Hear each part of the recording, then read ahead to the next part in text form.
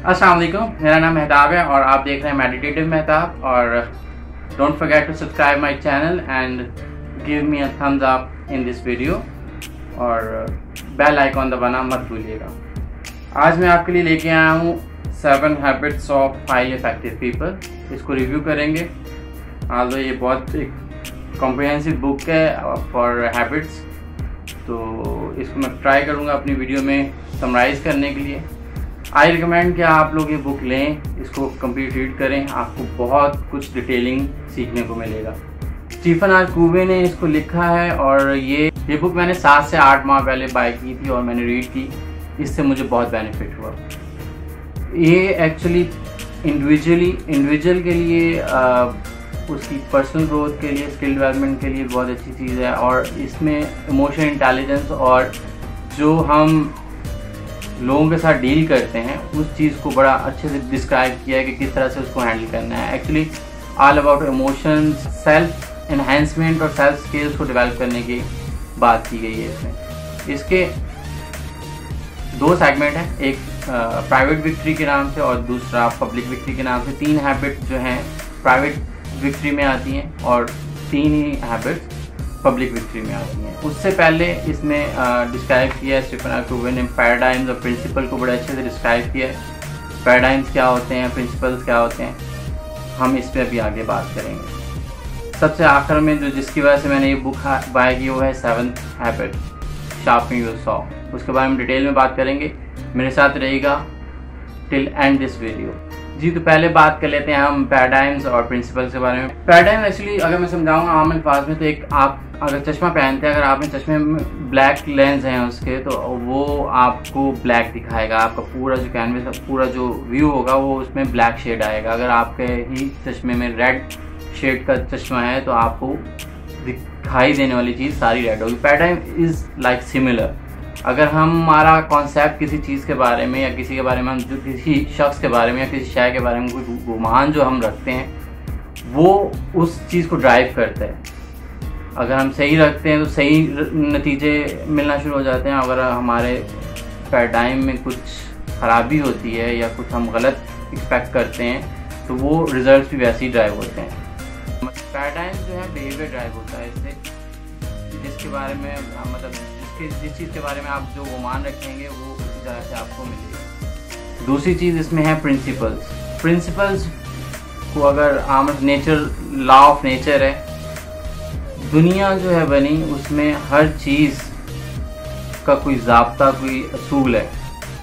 If you are taking some steps, कोई भी action आप लेते हो उसका कोई ना कोई कॉन्सिक्वेंसेस होते हैं। प्रिंसिपल जो है वो principles are law of nature. कोई एक काम हम करते हैं उसका नतीजा सिमिलर उसी चीज़ पे होता है। अगर किसी चीज़ को मैं उठाता हूँ तो वो लिफ्ट हो जाती है। These are nature actually. हम बहुत से डिसीजन ऐसे लेते हैं जिनके कॉन्सिक्वेंसेस ऑलरेडी डिफाइंड होते हैं। उन प्रिंसिपल्स को अगर हम चूज़ करते हैं वाइजली तो हमारे रिजल्ट भी अच्छे होना शुरू हो जाते हैं। अब हम चलते हैं प्राइवेट विक्ट्री और पब्लिक विक्ट्री की तरफ और हैबिट्स को डिफाइन करते हैं। 7 हैबिट्स जो है मैं पहले आपको बता देता हूँ। 7 हैबिट्स जो हैं वो क्या हैं। फर्स्ट हैबिट जो है बी प्रोएक्टिव। सेकंड हैबिट है begin with end in mind.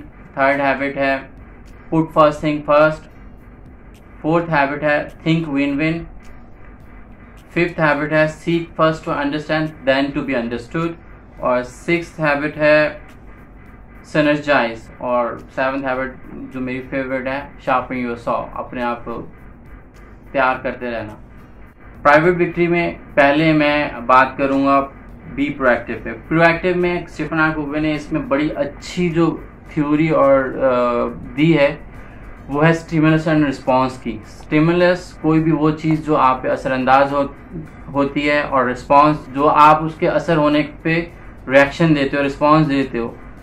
और इन बिटवीन दोनों की चीज़, एक चीज़ जो हमारे इख्तियार में है वो चॉइस, कि हमने जो रिस्पॉन्स करना है वो क्या करना है। अगर हमने वो वाइजर चॉइस चूज़ की, वाइजर चीज़ चूज़ की, तो हम रिजल्ट उसके डिफरेंट होंगे। अगर हमने एज इट इज़ कोई स्टिमुलस हमारे पर, यानी कोई चीज़ हमारे पर असरअंदाज हो रही है, तो हमने भी वैसे ही रिएक्ट कर दिया तो ये कोई वाइजर डिसीजन नहीं होगा। दूसरा पॉइंट इसमें जी, अब बात करते हैं हम सर्कल ऑफ कंसर्न के बारे में और circle of influence. Circle of influence वो है जो हमारे इख्तियार में चीज़ें हैं जो हम कर सकते हैं लेकिन हम तवज्जो नहीं देते क्योंकि हम डिस्ट्रैक्ट हुए रहते हैं इन सर्कल ऑफ कंसर्न की वजह से। सर्कल ऑफ कंसर्न वो चीज़ें हैं जिसमें हम कुछ देख तो सकते हैं कि प्रॉब्लम है, मसला आ रहा है उसके अंदर, लेकिन हम उसमें डायरेक्टली कुछ इनपुट अपना नहीं दे सकते, सिर्फ बात कर सकते हैं। तो हम इस चीज़ से कैसे निकलना है और इसको कैसे आइडेंटिफाई करना है चीज़ों को, इसमें बड़े अच्छे तरीके से इस हैबिट में बताया गया।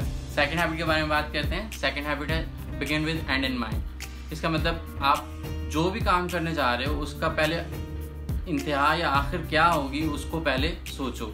अगर आप उसको डिफ़ाइन कर लोगे, उसको अपने लिए डिफ़ाइन करोगे तो आप अच्छे से परफॉर्म कर लोगे, आप अच्छे स्टेप्स ले लोगे। कहते हैं ना पहले पूरी पिक्चर ड्रॉ करो और देन उसको जिगसॉ कर लो। सेम उसी तरह की बात है। ऑल थिंग्स क्रिएटेड ट्वाइस, इसमें टॉपिक ये दिया है आज कि हर चीज़ 2 दफ़ा बनाई जाती है, एक दफ़ा आपके दिमाग में और दूसरी दफ़ा इन एक्चुअल में। कोई भी चीज़ आप ले लें, अगर कोई कुर्सी भी है वो भी पहले किसी के दिमाग में उसका स्ट्रक्चर पूरा उसकी बना है, किस तरह से बनेगी, उसका हैंडल, उसका फुट किस तरह के होंगे, वो बैक कैसे होगी, वो किस कलर की होगी। कोई भी चीज़ अगर देखें तो वो पहले दिमाग में क्रिएट होती है और देन सेकेंडली वो एग्जीक्यूट होती है। अगर आप फर्स्ट स्टेप में ही मिसिंग है, अगर आपने वो चीज़ का ब्लूप्रिंट्स नहीं बनाया, उसका दिमाग में अगर आपका नहीं है, आपने कहीं लिखा नहीं है उसको, तो आप उसको एग्जीक्यूशन कैसे कर लोगे, आप कैसे वो चीज़ बना लोगे, ऐसा पॉसिबल नहीं है। सेकंड थिंग इज़, अगर इसके बाद ही लीडरशिप और मैनेजमेंट के बारे में इसमें डिफ़ाइन किया, leadership and management are 2 questions, दोनों इम्पॉर्टेंट हैं। लीडरशिप ये है कि आपने सीढ़ी लगाई, अगर किसी चीज़ के ऊपर चढ़ना है तो सीढ़ी किस दीवार के साथ लगनी है, और मैनेजमेंट इज़ कि वो सीढ़ी क्लेम कैसे करनी है, हमने उसके ऊपर चढ़ना कैसे है। लीडरशिप डिफाइन करती है रास्ता कि हमने जाना किस तरफ है, और सीढ़ी को चढ़ना मैनेजमेंट का काम है। मैनेजमेंट डिफाइन करती है कि हमने इसको किन प्रिंसिपल्स पे चलते हुए इसको अचीव करना है और अपनी मंजिल तक पहुंचना है। सेकंड टॉपिक इसमें यह है identify your centre. Identify your centre का मतलब आपके डिसीजन जो हैं सेंटर्ड बेस होते हैं, मतलब आप स्पाउस बेस होंगे, आप फ्रेंड बेस्ड होंगे, आपके डिसीजन पे ये लोग असरअंदाज होते हैं। आपका हर डिसीजन इनको पहले सामने रखते हुए कुछ चीज़ों को आपके डिसीजन क्रिएट होते होंगे। आपने इस चीज़ को मेक श्योर करना है कि आप प्रिंसिपल सेंटर्ड बंदे हों, कहीं कॉम्प्रोमाइज़ ना करते हो चीज़ों के लिए, किसी रिलेशन के लिए या कहीं वहाँ पे। अगर the best thing is principle centred person, जो इसमें डिफाइन किया। Begin with end in mind, start करें आखिर का सोच के कि शुरू से लेके आखिर तक कहाँ तक जाना है। अब बारी आती है थर्ड हैबिट की, प्राइवेट विक्ट्री में। थर्ड हैबिट है पुट फर्स्ट थिंग फर्स्ट, जो पहले है वो पहले करें और जो ज़्यादा इम्पोर्टेंट है उसको पहले करें। इसमें बहुत ही अच्छे तरीके से एक क्वाड्रेंट डिफाइन किया है, इम्पोर्टेंट, नॉट इम्पोर्टेंट, अर्जेंट और नॉट अर्जेंट का। वो मैं आपको स्क्रीन पे शेयर कर दूंगा। बहुत ही अच्छे से 4 क्वाड्रेंट है, हमारी जो लाइफ है 4 क्वाड्रेंट के दरमियान में गुजरती है। Important, urgent, important, not urgent, not urgent, not important, urgent, not important, not urgent, not important. In 4 quadrants में हमारी लाइफ गुजरती है। कुछ काम ऐसे हैं जो हम बस by go with the flow वाले हिसाब हो जाता है, गो विद जैसे चल रहे हैं बस करते रहें, रूटीन नहीं सेटअप होती। या कुछ काम हम इस तरह से करते हैं लाइफ में, जब क्राइसिस ज़्यादा बिल्कुल सर पे पड़ती है कि अब करना है, बस जो टाइम लाइन है वो बहुत शॉर्ट रह गई है, उसके अंदर डिफाइन करना था, जो टारगेट मिला था तो नहीं कर पाते। एक्चुअली हम डिसिप्लिन नहीं होते, स्केड्यूल नहीं करते अपने आप को। इसमें उन्होंने डिफाइन किया कि जो सेकंड क्वाड्रेंट का लोग हैं, लोग अगर सेकंड क्वाड्रेंट की एक्टिविटीज़ को ज़्यादा बढ़ा देंगे और बाकी सारे क्वाड्रेंट की एक्टिविटीज़ को कम, ऑटोमेटिकली श्रिंक हो जाएंगी। तो इससे लाइफ बहुत डिसिप्लिन्ड हो जाएगी। इसके बाद एक सेकंड टॉपिक जो इसमें शेयर किया है वो बहुत प्यारा लगा मुझे। उसमें बहुत सी क्लैरिटीज़ हुई मुझे अपनी अंडरस्टैंडिंग के लिए। प्रोडक्शन एंड प्रोडक्शन कैपेबिलिटी, इसमें एक मिसाल दी है, एक गोज़ होती है वो सोने का अंडा देती है। सोने का अंडा जो है वो प्रोडक्शन है, और वो जो गोज़ वो अंडा दे रही है वो उसकी प्रोडक्शन कैपेबिलिटी है। ये कहानी हमने सब ने सुनी है, लेकिन इस अंदाज से मैंने पहली दफ़ा पढ़ी है इस बुक में। तो जो प्रोडक्शन कैपेबिलिटी है, अगर बंदे के अंदर या किसी शख्स के अंदर या किसी भी शय में अगर प्रोडक्शन कैपेबिलिटी नहीं है तो वो प्रोडक्ट नहीं बना सकता। अगर प्रोडक्शन कैपेबिलिटी है तो वो प्रोडक्ट बनेगी। हम लोग प्रोडक्शन कैपेबिलिटी पे काम नहीं करते, हम प्रोडक्ट के पीछे भागते रहते हैं आम तौर पे। हम स्किल डेवलपमेंट नहीं करते, हम कैपेबिलिटी बिल्ड नहीं करते। हम प्रोडक्शन जो हमारा जो आउटकम आना था उसके पीछे उसके ऊपर नज़रें जमाए रखते हैं। तो ये बड़े अच्छे तरीके से इसमें डिफाइन है।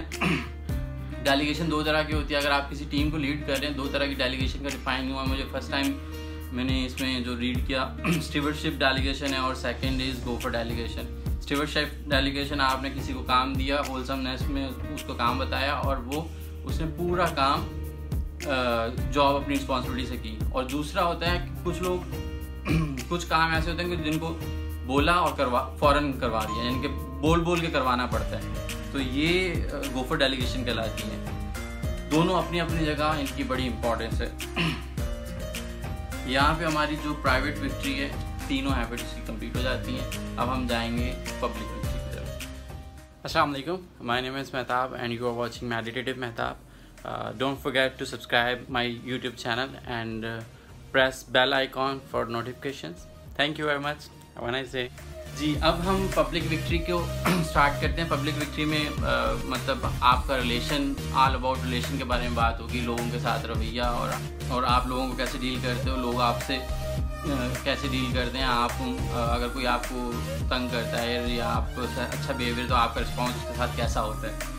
इसमें बात हुई है emotional bank account. Person to person हर बंदे के साथ एक बैंक अकाउंट होता है। जिस तरह बैंक अकाउंट होता है उसी तरह एक इमोशनल अकाउंट भी होता है। इसके 6 डिपॉजिट्स इसमें डिस्कस किए, मैं आपको बता देता हूँ। 6 डिपॉजिट इसमें है। Understanding the individual first is, second is attending little thing, छोटी छोटी चीज़ों को अटेंड करना, उसको टेक केयर करना। थर्ड इज कीपिंग कमिटमेंट, जो बात कमिटमेंट कर दी उसको पूरा करना। फोर्थ इज क्लैरिफाइंग एक्सपेक्टेशंस, जो आपको एक दूसरे से एक्सपेक्टेशन हो उसको क्लियर करना। Fifth is showing personal integrity. Sixth is apologise sincerely when you make mistake. Apologise बहुत ज़रूरी है रिलेशंस को कायम रखने के लिए, आगे बढ़ाने के लिए। 6 मेजर डिपॉजिट जो इसमें बताए गए ये बहुत इंपॉर्टेंट है, आप इस पर ज़रूर काम करें। अभी चलते हैं हम नेक्स्ट हमारी 4th habit, think win win की तरफ। थिंक विन विन में 6 पैराडाइम हैं, जिसमें विन लूज मैं पूरा आपको चार्ट वो स्क्रीन पे शेयर कर दूंगा। उसमें कभी भी हम विन विन से अलग नहीं है, मेरा भी फ़ायदा हो, अगले बंदे का भी फ़ायदा हो। हम डील सिर्फ वही करेंगे जिसमें मुझे भी फ़ायदा हो, अगले बंदे को फ़ायदा। अगर इसके अलावा मुझे नुकसान हो रहा है, अगले को फ़ायदा हो रहा है, नो डील। अगले को फ़ायदा हो रहा है, मुझे नुकसान हो रहा है, नो डील। मुझे नुकसान हो रहा है, अगले को नुकसान हो रहा है, नो डील। इसी तरह 6 एट्रीब्यूट्स, 6 पैराडाइम है। इसके लिहाज से आपने सिर्फ चूज जो करना है इसमें विन विन करना है, जिसमें मेरा भी फ़ायदा हो, आपका भी फ़ायदा हो। अगर विन विन के अलावा कोई और पैराडाइम यूज़ हो रहा हो कि आपके रिलेशन के अंदर, तो आपने वो यूज़ नहीं करना। इधर विन विन और नो डील, या विन विन चूज़ करेंगे या कोई डील नहीं होगी आपके रिलेशन में। आप अपना जो कंटिन्यू करेंगे रिलेशन को without any deal. Win win is very important है। ये थिंकिंग है, माइंडसेट है और ग्रेटर माइंडसेट है। अगर आप अपना भला चाहते हो, लोगों का भी भला चाहते हो, तो आपको कोई आगे बढ़ने से नहीं रोक सकता। 5th हैबिट की तरफ चलते हैं। Next habit is seek first to understand then to be understood. मतलब आप पहले लोगों को जानें, फिर अपने बारे में बताएं, अपना मुद्दा बाद में रखें। इसमें फर्स्ट टॉपिक जो डिफाइन है, डायग्नोज बिफोर यू प्रिस्क्राइब। आप डॉक्टर के पास जाते हैं, डॉक्टर आपको क्या करता है, पहले डायग्नोस करता है प्रॉब्लम क्या है, मर्ज़ क्या है, आपकी इशू क्या है, तो दैन वो प्रिस्क्राइब करता है, कोई मेडिसिन देता है, कोई इंजेक्शन होता है, कुछ भी एक्सपायरी, कुछ भी जो उसकी मेडिसिन है वो प्रिस्क्राइब होती है। वो पहले डायग्नोज होता है, उसके बाद प्रिस्क्राइब होता है। तो इसी तरह हम हर अपने रिलेशन के अंदर पहले हम चीज़ों को अगले बंदे की सुने कि वो कहना क्या चाहता है, उसका प्रॉब्लम क्या है, वो अगर कॉन्फ्लिक्ट बन रहा है तो किस वजह से बन रहा है, फिर अपना पॉइंट आगे रखें। सेकंड टॉपिक इसमें है आपकी अंडरस्टैंडिंग उससे कितनी है, उसका और आपके बारे में परसेप्शन, आपका उसके बारे में परसेप्शन क्या है। ये बहुत इंपॉर्टेंट चीज़ है। परसेप्शन एक्चुअली आपके बिहेवियर ड्राइव करते हैं। बिहेवियर जो है फिर वो लॉन्गर रन में रिलेशन को बिल्ड और डिस्ट्रॉय करते हैं। तो इसमें बहुत टेक केयर करने की ज़रूरत है। 6th habit is synergise. Synergise अगर मैं आपको समझाऊँ आम अल्फाज में, डिफरेंट तरह आजकल गाड़ियाँ भी सिनर्जी ड्राइव वाली आती हैं, जिस तरह उसमें गैस भी यूज़ हो रही होती है, पेट्रोल भी यूज़ हो रहा होता है और बैटरीज भी यूज़ हो रही होती हैं। डिफरेंट तरह की एनर्जी मिलके जब एक साथ काम कर रही होती हैं तो वो उस चीज़ को कहते हैं सिनर्जी। अब इसमें सिनर्जी का मतलब, जब दो बंदों के साथ रिलेशन है तो उसमें सिनर्जी का मतलब दोनों की जो एनर्जी है मिलके किसी अच्छे चीज़ के लिए काम या अच्छे कॉन्ट्रैक्ट के लिए काम। मतलब फर्स्ट टॉपिक इसमें है fishing for third alternative. Fishing for third alternative का मतलब अगर कोई कॉन्फ्लिक्ट है, कोई कॉन्ट्रैक्ट साइन हो रहा है कि दो लोगों के बारे में कोई कमिटमेंट हो रही है, तो पहले मैं अपना पॉइंट रखूं, अगला बंदा अपना पॉइंट रखे। अगर दोनों में कोई चीज़ मैच नहीं हो रही, उसका और मेरा पॉइंट जो है मैच नहीं कर रहा, तो हम थर्ड अल्टरनेटिव की तरफ जाएं। थर्ड अल्टरनेटिव की तरफ मतलब ऐसा कोई कॉन्ट्रैक्ट, ऐसी कोई बात जिसमें मैं भी एग्री हूँ और नेक्स्ट जो बंदा है वो भी एग्री हो। ये बहुत ज़रूरी है सिनर्जाइज होने के लिए। Communication with trust and cooperation, ये पूरा चार्ट है, मैं आपको शेयर करूँगा। इसका क्या कॉन्टैक्ट है आपस में वो आप इससे देखिएगा। जो है हमारी दुनिया, सूरज का निकलना और गुरूब होना, फिर चांद का निकलना और गायब होना, दिन में पानी का फ्लो अगर देखें दरियाओं में, समुद्र में, हर चीज़ अपने अपने काम पे लगी हुई है और हर चीज़ की अपनी अपनी एक एनर्जी है। वो सब मिल के इस दुनिया के निज़ाम को चला रही है। ये नेचर इज़ बाय नेचरली, हर चीज़ जो है वो जो प्रिंसिपल है वो सिनर्जाइज होने वाली बात है। अगर हम मिल के काम करते हैं, वो मिलजुल के काम, मिलजुल के रहने वाली बात है जो हम आम सुनते भी हैं, तो उसमें ही फ़ायदा है, भाईचारे में। यहाँ पे हमने दोनों सेगमेंट हमारे कंप्लीट हो गए, पहला प्राइवेट विक्ट्री और दूसरा पब्लिक विक्ट्री। बहुत अच्छे से डिफ़ाइन किया है। ये वीडियो कभी भी मैं नहीं कहूँगा इनफ है इस बुक को डिफ़ाइन करने के लिए। ये बुक जो है बड़ी कॉम्प्रिहेंसिव है। आई रिकमेंड कि आप इसको लें, उर्दू में, इंग्लिश में, जो आपकी मदर टंग है, जिसमें आप आसानी से समझ लें। ये आपको बहुत कुछ सीखने को देगी। अब आता हूँ मैं फाइनल अपनी, जो मुझे बहुत पसंद है, शार्पनिंग योर सॉ वाली में। इसमें एक स्टोरी है जो मुझे बहुत इंस्पायर किया, जिसने मैं आपके साथ शेयर करता हूँ। एक लकड़हारा होता है, वुड कटर, वो लकड़ियाँ काट रहा होता है जंगल में। वो कहीं रोड साइड पे होता है। वहाँ से एक सुबह एक दूसरा शख्स काम के लिए जाता है, गुजर के जाता है। वो देखता है एक लकड़हारा एक दरख्त को काट रहा है और वो अपने दफ्तर चला जाता है। शाम में जब वो वापस आता है, वो लकड़हारा उसी दरख्त को काट ही रहा होता है, अपने सौ से, अपने आरे से उसको काट रहा होता है। वो आके जब वापस आता है तो रुक के उस लकड़हारे से पूछता है कि तुम सुबह भी दरख्त काट रहे थे, अभी भी काट रहे। उससे क्वेश्चन ये करता है तुम क्या कर रहे हो। वो लकड़हारा कह रहा है मैं दरख्त काट रहा हूँ, देख नहीं रहे तुम। थोड़ा अनॉयड वे में वो उसको बोलता है। तो वो पूछता है तुम सुबह से दरख्त काट रहे हो, ये अभी तक इतनी देर से कटा क्यों नहीं। उस शख्स का सवाल होता है लकड़हारे से कि ये सुबह से काट रहे हो, अभी तक क्यों नहीं कटा। वो लकड़हारा जवाब देता है मेरा आरा जो है वो तेज़ नहीं है, वो शार्प नहीं है, वो खुंडा है। तो वो जो शख्स जॉब से वापस आता है वो बोलता है कि तुम उससे रुक के तेज़ क्यों नहीं कर लेते। वो आगे से अनॉयड वे में जवाब देता लकड़हारा कि तुम देख नहीं रहे मैं काम कर रहा हूँ। तो हमारे साथ भी आम हालात में, आम रूटीन में यही होता है। हम अपनी जॉब में, अपने कामों में इतना बिजी हो जाते हैं कि हमें ये याद ही नहीं रहता कि हमने अपने आप को भी तैयार करना है, हमने अपने आप को भी शार्प करना है। हमारे साथ भी ये होता है कि हम एक वक्त जब हम सीखते हैं तो बहुत अच्छा काम परफॉर्म करते हैं, फिर द पैसेज ऑफ टाइम वो चीज़ें फिर डाउन होना शुरू हो जाती हैं। लर्निंग इज़ कंटिन्यूस जर्नी, हमें उसको कभी नहीं छोड़ना। इसमें 4 सेगमेंट इसमें स्टीफन आर कोवे ने डिफाइन किए हैं। 1 इज़ फिजिकल, आप लाखों रुपया भी आपके पास हो, अगर आप बीमार हैं तो आपके किसी काम का नहीं होता। आपको फिजिकली फिट रहना है, और फिट 60 साल की उम्र में जाके एक्सरसाइज नहीं शुरू करनी, आज से करनी है, अभी से करनी है। क्योंकि आज से हम तैयारी करेंगे तो तब जाके वहाँ पे हमें शायद बेनिफिट हो। Second is social and emotional, अपने इमोशंस को स्ट्रॉन्ग करना है, लर्न करना है। मोर जितनी नॉलेज होगी वो अपने अंदर के शैतान को भी काबू करना है, क्योंकि वो सबसे बड़ा काम है और मुश्किल काम है।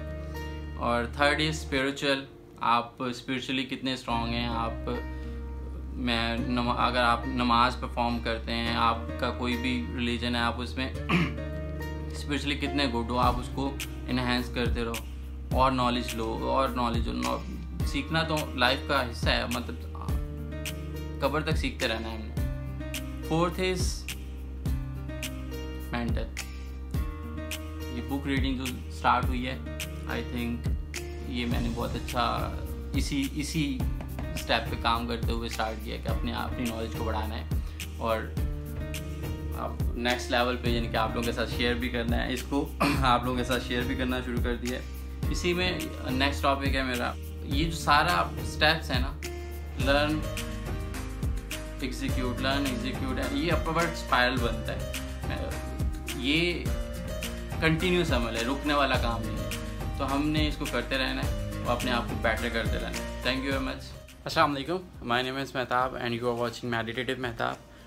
Don't forget to subscribe my YouTube channel and press bell icon for notifications. Thank you very much.